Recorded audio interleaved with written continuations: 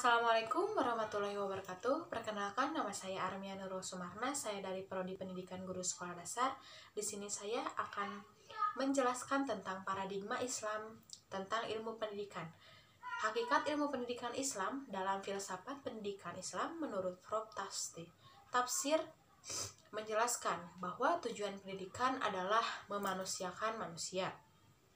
Manusia perlu dibantu agar ia berhasil menjadi manusia. Dalam arti menjadi manusia, pendidikan merupakan persoalan hidup dan kehidupan. Dan seluruh proses hidup dan kehidupan manusia adalah proses pendidikan.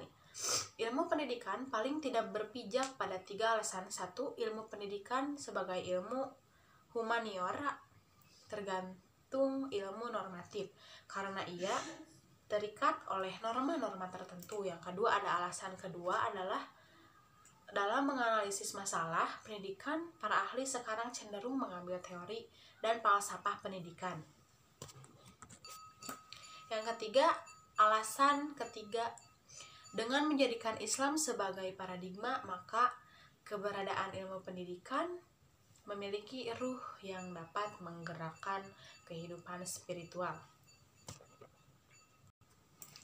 Baik, keutamaan menuntut ilmu. Dalam Al-Quran disebutkan bahwa orang berilmu akan memperoleh kedudukan yang mulia, seperti bunyi surat Al-Mujadalah ayat 11 yang artinya, niscaya Allah akan mengangkat derajat orang-orang yang beriman di antaramu dan orang-orang yang diberi ilmu beberapa derajat.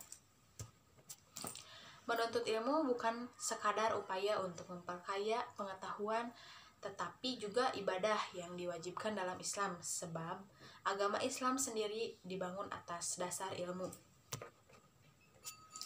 Teori-teori ilmu pendidikan, realitas pendidikan di Indonesia, metode yang digunakan sangat terbatas pada aspek kognitif, meskipun dimensi efektif menjadi salah satu komponen tujuan pendidikan pada kurikulum seperti halnya dalam Islam. Menurut Muhammad Jawad Ridho telah membagi teori pendidikan Islam.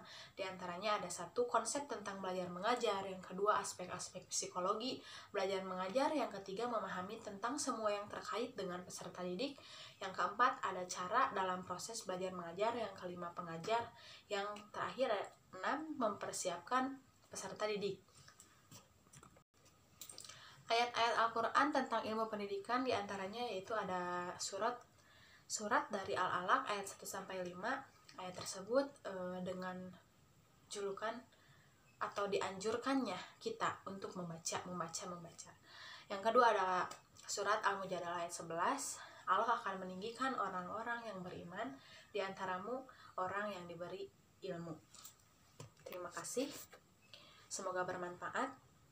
Billahi taufiq wal hidayah. Wassalamualaikum warahmatullahi wabarakatuh.